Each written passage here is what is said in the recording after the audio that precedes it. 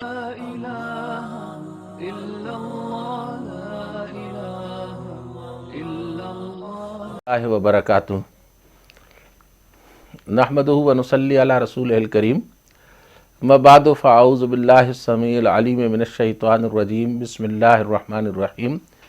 انا انزلناہ قرآنا عربیا لعلکم تعقلون. ہم نے اسے قرآن پاک کو عربی میں نازل کیا ہے تاکہ تم اسے سمجھ سکو اور تمہارے لیے اس کا سمجھنا آسان ہو گیا کہ تو میں اس وقت اپنے فہم قرآن کے سفر میں شامل تمام خواتین و حضرات سے مخاطب ہوں. وہ تمام حضرات کہ جو قرآن پاک کا فہم حاصل کرنے کے لیے اور قرآن پاک کو سیکھنے کے لیے میرے ساتھ شریک سفر ہیں، اور وہ تمام خواتین بھی، ان کو میں آج کچھ باتیں دورہ ترجمہ قرآن کے حوالے سے بتانا چاہتا ہوں. پہلی بات تو یہ ہے کہ رمضان المبارک میں ہماری عادت ہے قرآن پاک کا ایک دور کرنے کی، تو یہ دور ہمیشہ لفظی ترجمے کا ہوتا ہے. کل سے بروز سوموار انشاءاللہ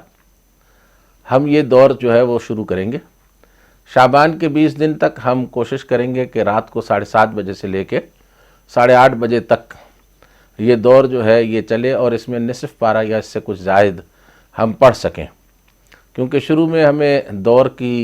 رفتار ہلکی رکھنی ہوگی. لوگ ہمارے ساتھ جو چلنے والے ہوں گے ان میں سے بہت سے نئے لوگ بھی ہوں گے،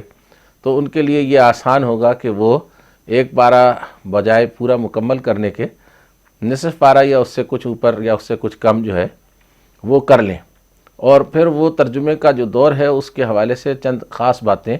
میں آپ کو گوش گزار کرنا چاہوں گا کہ ان کا آپ لحاظ کریں تاکہ آپ کو اس سے بھرپور فائدہ حاصل ہو. پہلی چیز جو ہے وہ یہ ہے کہ قرآن پاک لے کر آپ اس کے سامنے بیٹھیں گے. جن حضرات نے بھی قرآن پاک کا دور کرنا ہے وہ ایسے قرآن پاک کے نسخے کا انتخاب فرمائیں، یا جن خواتین نے بھی، کہ وہ نسخہ وہ باقی زندگی استعمال کر سکیں. سب سے پہلی بات تو یہ ہے کہ وہ ایک نیا اور عمدہ نسخہ ہونا چاہیے، اور اس کے اندر سوائے قرآن پاک کی آیات کے کوئی اور شے لکھی ہوئی نہیں ہونی چاہیے. حاشیے اس کے خالی ہونے چاہیے. اگر بڑے حاشیوں والا یا بیاض کی طرز کا قرآن پاک لے لیا جائے، جو کہ ایک بیاض بھی مکمل ملتی ہے اور اس میں نیچے ترجمہ لکھنے کے لیے لائن چھوڑ دی جاتی ہے، اور 3 اجزاء کے اندر 3 جلدوں کے اندر بھی بیاض ملتی ہے، تو اگر ایسا کر لیا جائے کہ بیاض والا قرآن لے لیا جائے اور اس کے اندر ترجمہ جو ہے وہ لکھنا شروع کیا جائے تو یہ آپ کے حق میں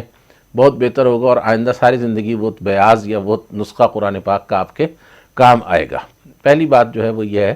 کہ قرآن پاک کا ایک عمدہ نسخہ لے کر آپ اپنے پاس بیٹھیں گے جس کے اندر لکھنے کی گنجائش موجود ہو. دوسری بات جو ہے وہ یہ ہے کہ آپ اپنا قلم یا تو رواں قسم کا لے کر بیٹھیں، یا بہتر یہ ہے کہ اچھی پینسل HB کی وہ لے کر بیٹھیں تاکہ ربر سے کسی وقت اگر اس کو مٹانا پڑے اور نئے سرے سے لفظ کو درست کر کے لکھنا ہو تو وہ آپ کے لیے آسان ہو. بعد میں کسی وقت آپ اس کو جو ہے وہ کسی کاپی کے اوپر کسی اور ڈائری وغیرہ کے اوپر منتقل کر دیں اور اس سے یاد کرنا شروع کر دیں تو یہ اور بھی زیادہ آسان ہے اور بہت زیادہ فائدہ مند ثابت ہوگا. یہ طلباء کے لیے بہت زیادہ مفید ہوتا ہے. 2 باتیں ہو گئیں. تیسری بات جو اہم ہے وہ یہ ہے کہ قرآن پاک کے ہم لفظی ترجمے میں جائیں گے، یہ تعلیمی ترجمہ ہوگا. اس کے درمیان ایک آپ کو وہ لذت اور وہ نہایت سرور کہ جو قرآن پاک کا ترجمہ اور تلاوت کرتے ہوئے آدمی کو محسوس ہوتا ہے وہ نہیں ہوگا، اس لیے کہ لفظ جو ہے وہ آپ کے لیے اجنبی ہوگا، اور لفظ کی تشریح جو ہے وہ بھی آپ کے لیے نئی ہوگی. مثال کے طور پر اگر میں ایک لفظ کا ترجمہ کروں اور اس فا سا یک فی کا ہم اللہ کروں تو اس کا ترجمہ بنے گا فا پس سا جلد ہی یک فی کافی ہوگا کا آپ کو ہم ان کے مقابلے میں اللہ اللہ تعالیٰ. تو ظاہر سی بات ہے کہ اس طرح سے توڑ کر ترجمہ کرنے میں آپ کو بہت زیادہ سہولت اور آپ کو بہت زیادہ سرور محسوس نہیں ہوگا. لیکن طالب علم کے لیے جو آدمی قرآن پاک کو سمجھ کر پڑھنا چاہتا ہے، اس گھاٹی کا عبور کرنا ناگزیر ہے. اس کے لیے یہ لازم ہوگا کہ وہ ایک دفعہ اس مشقت میں سے گزر جائے اور اپنے نفس کے اور اپنے دل پر اب جبر کر کے وہ قرآن پاک کا کسی حد تک یہ خشک ترجمہ جو ہے اس پر عبور حاصل کر لے، لفظوں کو پہچان لے، لفظوں کے معنی کو سمجھ لے، اور ان کے جو لفظوں کے دیگر اخوات ہوتے ہیں، یعنی ہم ان کو سسٹر ورڈز کہتے ہیں، ان کو بھی پہچاننا شروع کر دے، اور پھر ہر عربی لفظ کا اردو ترجمہ اس کو فوراً لفظ سنتے ہی ذہن میں آ جائے۔ یہ اصل کامیابی ہے اس دورہ ترجمہ قرآن پاک کی۔ جب یہ دورہ ترجمہ شروع کے 2-4 دنوں سے آگے چلا جاتا ہے، یعنی ہفتے بھر کے بعد وہ آدمی جو ہے وہ اس گھاٹی کو عبور کر لیتا ہے، تو ایک ہفتے کے بعد اسے بہت سے الفاظ جانے پہچانے لگتے ہیں اور وہ خود ان کا ترجمہ جو ہے وہ سمجھنے کی صلاحیت حاصل کر لیتا ہے۔ اس لیے کہ قرآن پاک کی ایک بہت بڑی خوبی یہ ہے کہ اگرچہ یہ قریباً 80,000 الفاظ کے اوپر مشتمل ایک کلام ہے، لیکن اس کے اندر 2.5 سے 3,000 کے درمیان الفاظ کی ریپیٹیشن ہے۔ 2,500-3,000 کے الفاظ مکرر اور پھر مکرر اور پھر مکرر، یعنی تکرار سے یا ریپیٹیشن کے ساتھ آنے کی وجہ سے یہ 80,000 لفظ بن گئے ہیں۔ تو ان الفاظ کو سیکھنے کا مطلب ہے صرف 2-2.5 الفاظ سیکھنا، اور یہ بھی 2-2.5 الفاظ جو ہیں ان میں سے 500 الفاظ ایسے ہیں کہ جو اردو میں من و عن استعمال ہوتے ہیں۔ مثال کے طور پر لفظ مثال ہے، یہ بھی اردو میں من و عن استعمال ہوتا ہے۔ من و عن ہے، یہ بھی اردو میں من و عن استعمال ہوتا ہے۔ اسی طریقے سے استعمال کا لفظ ہے، یہ بھی اردو میں استعمال ہوتا ہے۔ کتاب کا، قلم کا، سما کا، آسمان کا، ارض کا، یہ سارے الفاظ جو ہیں وہ اردو زبان کے اندر استعمال ہوتے ہیں۔ جہاد کا، قتال کا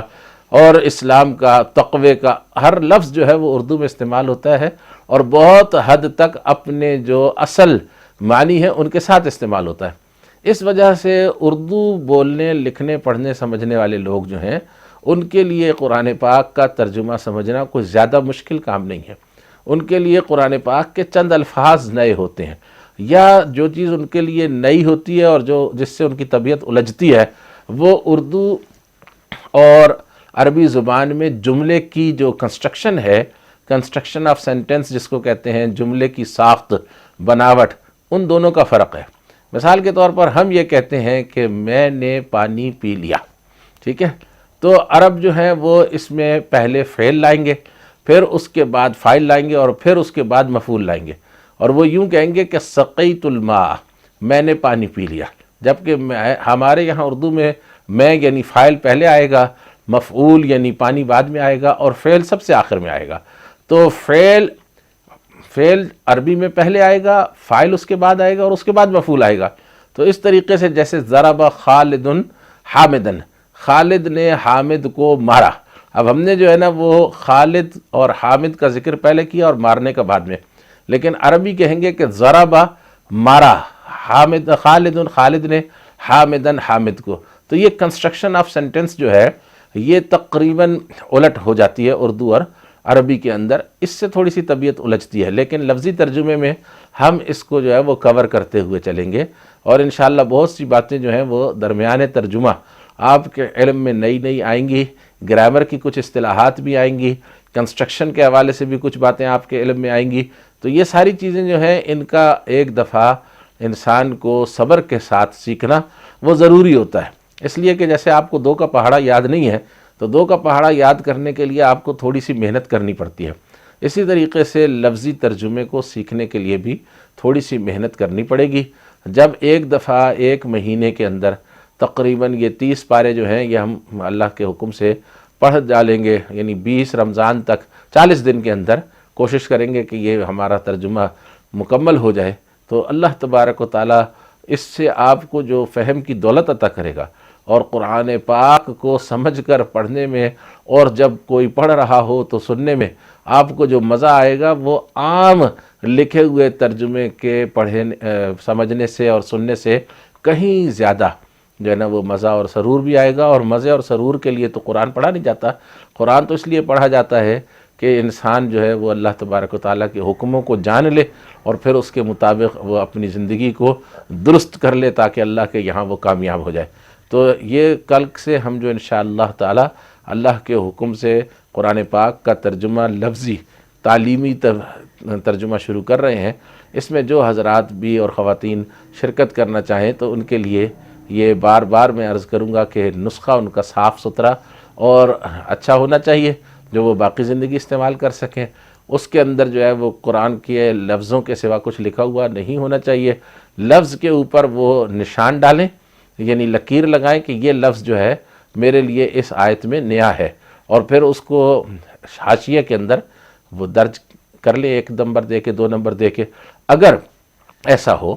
کہ وہ لفظ وہاں پر ان سے پھسل جائے اور وہ اس وقت اس کو سن کر لکھ نہ سکیں تو پریشان نہ ہوں، کیونکہ میں نے عرض کیا ہے کہ ریپیٹیشن قرآن پاک کے اندر الفاظ کی بہت زیادہ ہے. تو ایک جگہ اگر وہ آپ نہیں لکھ سکے تو دوسری جگہ یا وہی لفظ آ جائے گا یا اس کا کوئی سسٹر ورڈ، یعنی اس کا کوئی اخت، کوئی اس کی بہن لفظ جو ہے وہ آ جائے گا، اور اس کے نتیجے میں آپ اس کو جو ہے وہ پھر سمجھ کر لکھ سکیں گے. تو اللہ تبارک و تعالیٰ سے میرے لیے بھی اور اپنے لیے بھی توفیق کی دعا کیجئے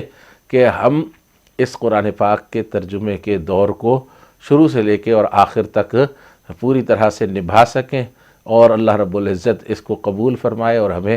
دنیا میں بھی اس کا نفع ملے اور آخرت میں بھی ہم اس کو جو ہے نا وہ اللہ رب العزت کے یہاں اس کا اجر حاصل کر سکیں، کما سکیں. وآخر دعوانا ان الحمدللہ رب العالمین. سبسکرائب کریں، شیئر کریں اور بیل آئیکن کو دبانا نہ بھولیں.